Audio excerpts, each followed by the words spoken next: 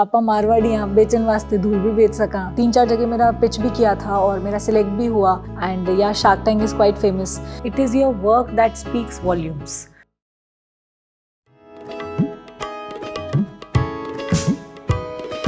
हौसलों में पंख लगा आसमां उड़ जाने की ख्वाहिशें है आँखों में, देश भर छा जाने की है।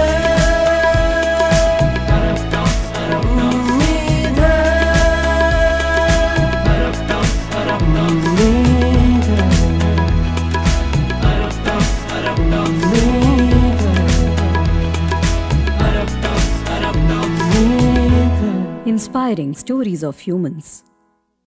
नमस्ते ऋषिका जी। नमस्ते। स्वागत है आपका हमारे टॉक शो अरब टॉक्स में। तो थोड़ा अपने बारे में बताएं ताकि हमारी जो ऑडियंस आपको देख रही है वो पहचान जाए। तो सबसे पहले मेरा नाम ऋषिका पटावरी है और मैं जोधपुर राजस्थान से हूँ। मेरा पूरा स्कूलिंग जो है दिल्ली पब्लिक स्कूल जोधपुर से हुआ है। और उसके बाद स्कूल में I was kind of a casual student ही थी मैं, बहुत इजी गोइंग, थोड़ा सा बिट नटोरियस एज वेल। और फिर उसके बाद मैंने जो अंडर ग्रेजुएशन है वो मैंने मोदी यूनिवर्सिटी लक्ष्मणगढ़ से किया है। एंड आफ्टर दैट मुझे मेरे फादर ने एक चॉइस दी थी कि Rishika you have 3 choices in fact after your under graduation, Oxford, Cambridge and Jodhpur. तो मेरे को यही चॉइस मिली थी करने को। तो मैंने बोला नहीं, मुझे यहीं से ही पढ़ना है। And he said I think आपने मेरी चॉइस ढंग से सुनी नहीं है, so you just have 3 choices. तो मैंने वहाँ देखते होना नहीं होना, बाकी ये तो है ही है, by God's grace and papa's will as well. तो मेरा वहाँ ऑक्सफोर्ड में एडमिशन हो गया। फिर मैंने फर्दर स्टडीज़ जो international relations, trade, European politics मैंने ऑक्सफोर्ड से पढ़ा था। एंड उसके बाद और स्पेशलाइजेशन करने का था, तो फिर मैं स्कॉटलैंड चली गई थी यूनिवर्सिटी ऑफ एडिनबर्ग में।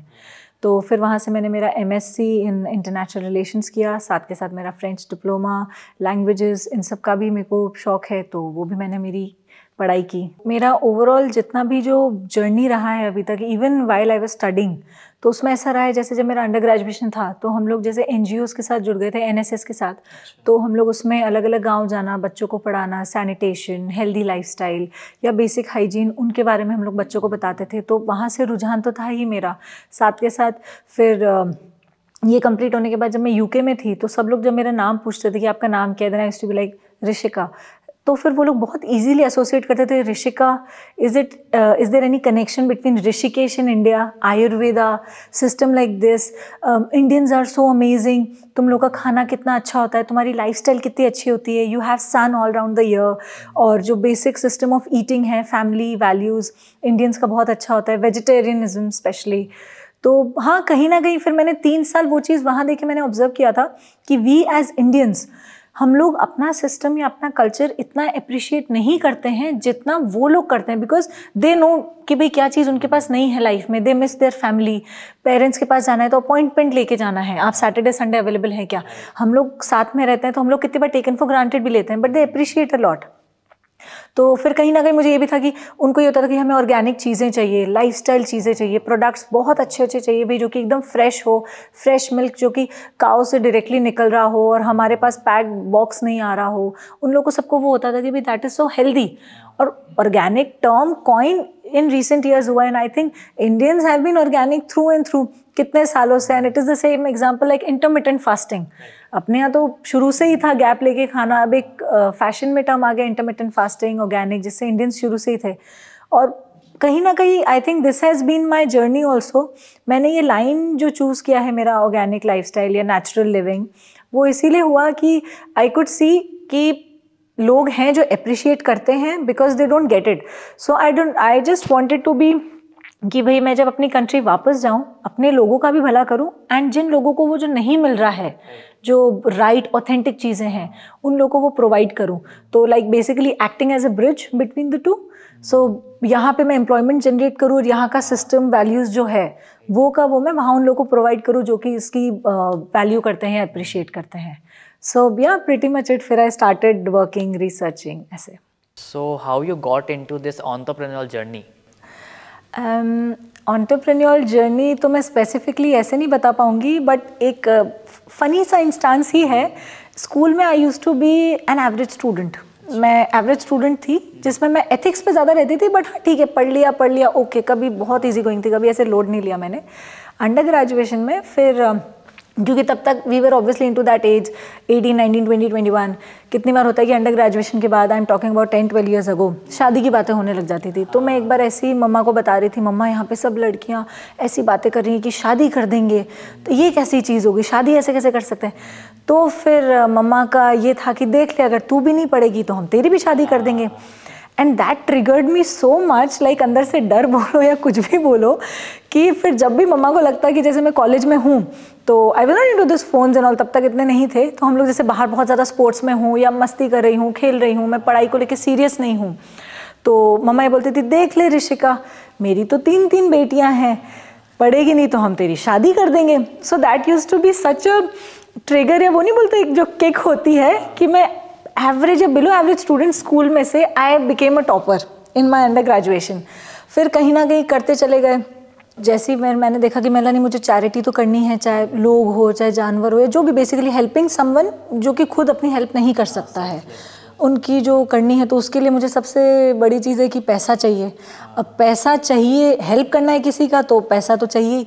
तो फिर मैंने काम ही ऐसा शुरू किया कि भाई हेल्प भी हो जाए और पैसा भी आ जाए, और फिर जो पैसा आता है उनसे मैं वापस हेल्प कर देती हूँ। तो बस यही मेरा एक साइकिल है मनी रोटेशन का, बिल्कुल। सो हम देखते हैं कि कोई भी एंटरप्रेन्योर वो तब बनता है जब वो कोई मतलब माल वगैरह है उसको बेचता है। तो जो आपकी सेल्स स्ट्रेटेजी है वो क्या रहती है? सेल्स स्ट्रैटेजी मेरी बस ये रहती है कि जो प्रोडक्ट मैं बना रही हूँ, एक तो बहुत ही 100% ऑनेस्टी के साथ मैं प्रोडक्ट बनाती हूँ। क्वालिटी इज़ हमेशा मेरे लिए सर्वोपरि क्वालिटी है, तो मैं कभी भी उसमें ईमानदारी मेरी पूरी रहती है कि जो मैं दे रही हूँ मैं वही दूंगी जो मैं खुद यूज़ कर सकती हूँ। सबसे पहली चीज़ तो रहती है। और दूसरी चीज़ ये रहती है, जब मैं कोई प्रोडक्ट डेवलप करती हूँ मैं ये सोच के करती हूँ कि यार ये किसी चीज़ का भला कैसे कर सकती है।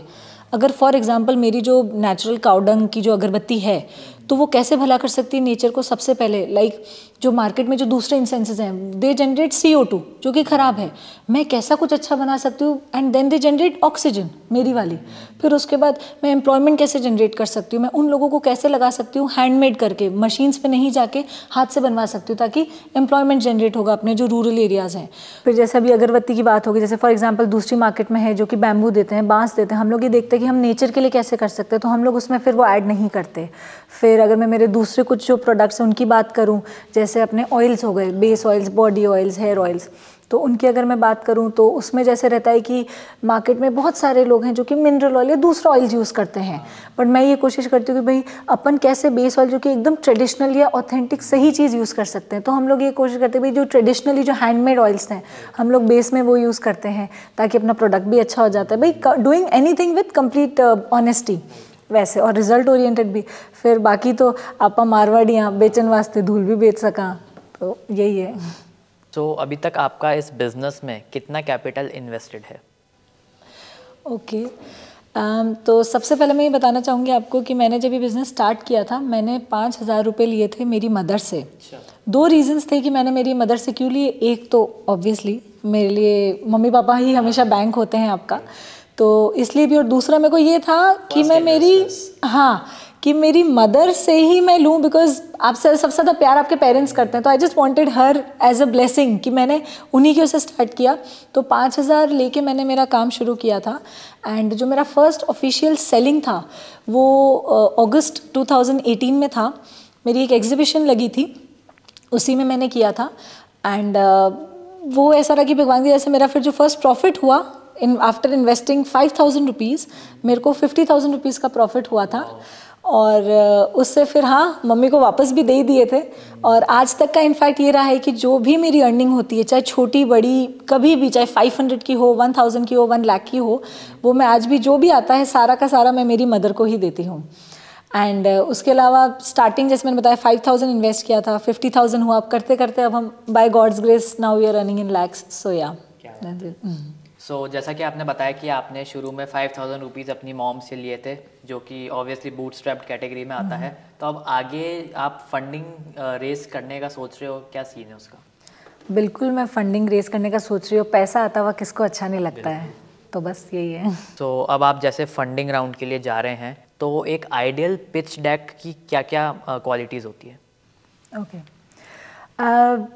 फंडिंग के लिए जैसे मैं जा रही हूँ, सब जगह मैं पिच भी कर रही हूँ, और मेरे हिसाब से आइडियल पिच डेक वो होता है जो बहुत ही कम शब्दों में आपके काम के बारे में डिटेल कर दे।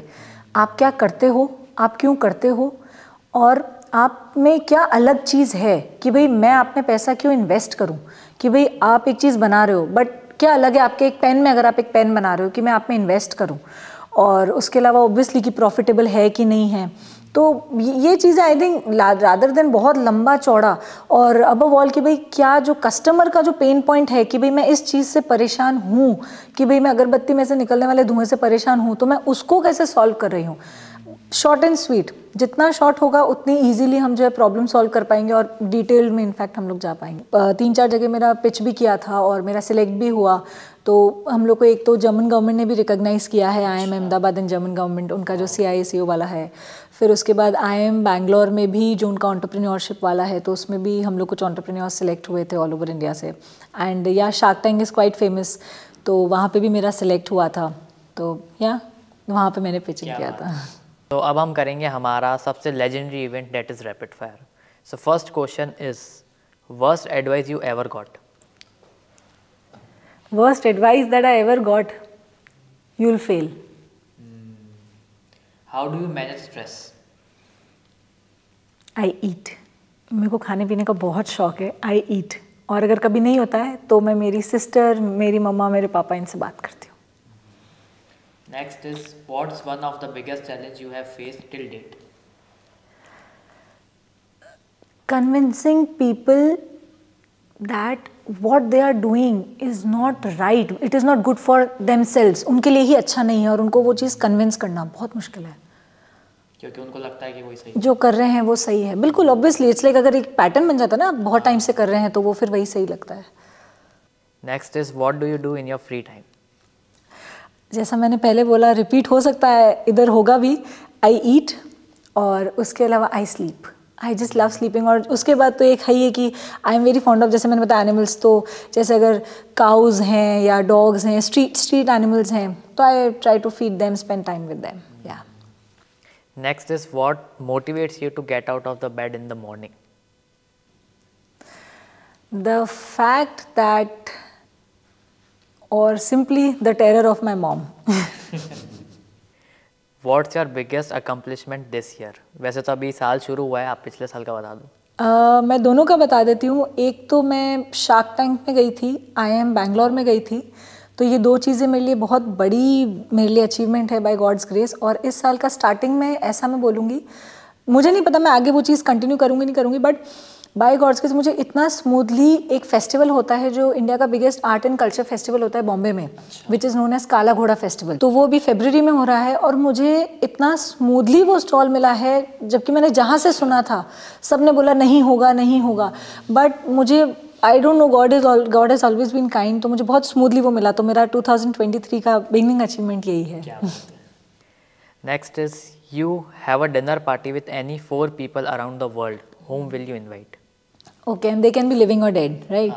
ठीक है, तो I will start with someone who is not with us now, Jayalalithaa ma'am. So one is her, second Barack Obama, third Indian हूँ, Bollywood cinema, Shahrukh sir, Shahrukh Khan, and fourth, I know ये नाम सब लोग बहुत लेते हैं and he is idol to millions of people. मैं ये नहीं बोलूँगी कि मैं उनकी बहुत ज़्यादा फ़ैन हूँ, but I worship him as a person and I truly believe him as कि भाई he is a living god. मैं रतन टाटा सर की बात कर रही हूँ, और मैं एक छोटा सा इंस्टेंस आपको इसमें बताना चाहूँगी कि उनका जब भी बर्थडे होता है, I send him a personal note on Instagram, और मैं स्टोरी तो डालती ही हूँ, बट आई जस्ट ट्राई कि थोड़ा सा अगर if I can pen a note और समथिंग। तो जैसे मैंने अभी रिसेंटली उनका जब बर्थडे अभी था ही हाल ही में, तो तब मैंने बर्थडे पे उनके लिए पोस्ट भी डाला था, उनको मैसेज भी किया था। सो या लेट्स सी, बस ये है, true fan. Next is describe yourself in 3 words. Rapid fire, fast. Oh, sorry. 3 words will be transparent, straightforward, and happy-go-lucky. Wow. वापस coming back to the interview, तो आपको कभी ऐसा लगा कि कोई आपसे एडवाइस लेने आता हो या पूछता हो, ऋषिका दीदी मेरे को इस पर्टिकुलर टॉपिक पे एडवाइस चाहिए, तो कभी आपके मन में ऐसा आया कि यार मैंने इसको एडवाइस दी और ये मेरे से आगे निकल गया, इसने मेरे को किसी चीज़ में कॉपी कर लिया, तो क्या होगा? ऐसा एक डर आपके मन में कभी आया? हाँ, मैं I will be brutally honest here, ये आता है डर कि यार अगर, और स्पेशली अगर कोई सेम ही फील्ड का है, कोई कुछ पूछ रहा है कि ये मेरे को आप ये बताओ ये कैसे बनता है या क्या होता है, how do you market your products, तो एक बार एक थोड़ा सा डर लगता है मुझे 1% अंदर कि यार मैं बताऊँ नहीं बताऊँ, अगर ये मेरे से आगे निकल गया तो, या मेरा कम हो जाएगा, सुपरसीड हो जाएगा, कॉपी कर लेगा, सेम प्रोडक्ट हो जाएगा। बट देन आई थिंक वो अगला इंसान ऑब्वियसली कॉपी भी करे या कुछ भी बनाए, वो फिर भी वो नहीं कर पाएगा जो मैं करती हूँ, which is why I am unique और my product range is unique. तो हाँ, and I try to help people as much as I can, जिसका मुझे रिजल्ट दिखता भी है और मिलता भी है। सो या इन दी एंड मैं फिर हेल्प कर देती हूँ ऐसे। तो कभी आपके साथ ऐसा हुआ है कि कोई मतलब किसी फील्ड का या आप ही की फील्ड का एक्सपर्ट आपके पास आया हो, आपको नहीं पता हो कि वो एक्सपर्ट है, उसने बताया हो कि भाई इसको ऐसे नहीं ऐसे करना है, और आपने जब उसको किया तो आपको एकदम अच्छा रिजल्ट मिला, तो आपके दिमाग में आया होगा कि यार गजब चीज़ बता के गया है, तो आप मतलब उस चीज़ को लेते हो या आप उसको ऐसा छोड़ देते हो कि भाई ठीक है होगा कुछ? मेरी एक आदत है, मैं ऑब्ज़र्व बहुत करती हूँ और सुनती हूँ लोगों को, तो उसमें अगर वो बता रहा है ना, चाहे कोई भी हो, इररिस्पेक्टिव ऑफ द पर्सन, तो मैं ये देखूँगी यार this thing can be useful for me और माई वर्क, तो हाँ मैं डेफिनेटली इम्बाइब करती हूँ। और जैसे आपने बताया, ऐसे मेरे साथ कई किस्से हुए हैं, कभी मैं ट्रैवल कर रही हूँ जहाँ पे भी हूँ, कभी कोई ट्रेन में, कभी फ्लाइट में, कहीं पे भी, even if I am on the bus, तो कोई कुछ भी बताता है तो I just try to listen, and जितना मैं इम्बाइब कर सकती हूँ तो फ़ायदा होता ही है इन दी एंड, क्योंकि इन दी एंड वो कस्टमर बोल रहा है कि उसको क्या प्रॉब्लम है। सो या सो थैंक यू ऋषिका जी हमारे शो पर आने के लिए, और आपने जो इतनी सारी चीज़ें बताई है उससे हम आशा करते हैं कि व्यूवर्स की लाइफ में कुछ ना कुछ वैल्यू एड ज़रूर हुई होगी। So before wrapping up the show, मैं चाहूँगा कि आपको हमारे टॉक शो पर आकर कैसा लगा, और एक एडवाइस आप क्या देना चाहेंगे जो लोग आपको सुन रहे हैं? ओके, सो सबसे पहले मुझे अरब टॉक्स पे आके और अनंत से मिलके मुझे बहुत ही अच्छा लगा। आई टोल्ड हिम मुझे truly I feel like a star, and सबसे अच्छी बात यह है कि अरब टॉक्स की कि इन लोगों ने Tier 2 और Tier 3 सिटीज़ में कवर किया है। कितनी बार होता है जो बड़े शहर में सब कुछ कवर हो जाता है, बट ये वाली जो सिटीज़ हैं यहाँ पे लोग जो हैं ज़्यादातर कवर नहीं कर पाते हैं, या ये थिंक यहाँ वाले मतलब बाहर ही इतने ज़्यादा हो जाते हैं, सो ऑब्वियसली छोटी सिटीज़ वालों को नहीं मौका मिलता है। So this is a great concept, yes. और यहाँ आके जैसे मैंने बताया, मुझे I truly felt like a star, and मेरे सारे क्वेश्चंस रैपिड फायर्स, सो या इट वाज अमेजिंग। और मैं उम्मीद करती हूँ आनंद भंडारी मुझे वापस इनवाइट करेंगे दूसरे टॉक शो के लिए। So yes. और एडवाइस मैं सबको यही देना चाहूँगी कि जो भी आप काम करते हैं पूरी ईमानदारी से कीजिए, और जैसा ऑब्वियसली शाहरुख खान बोलते ही हैं कि कोई भी धंधा छोटा बड़ा नहीं होता और धंधे से बड़ा कोई धर्म नहीं होता, तो जो भी आप काम करते हैं पूरी ईमानदारी, ऑनेस्टी, डेडिकेशन उसके साथ कीजिए, because it is your work that speaks volumes. So yeah that is it. Thank you.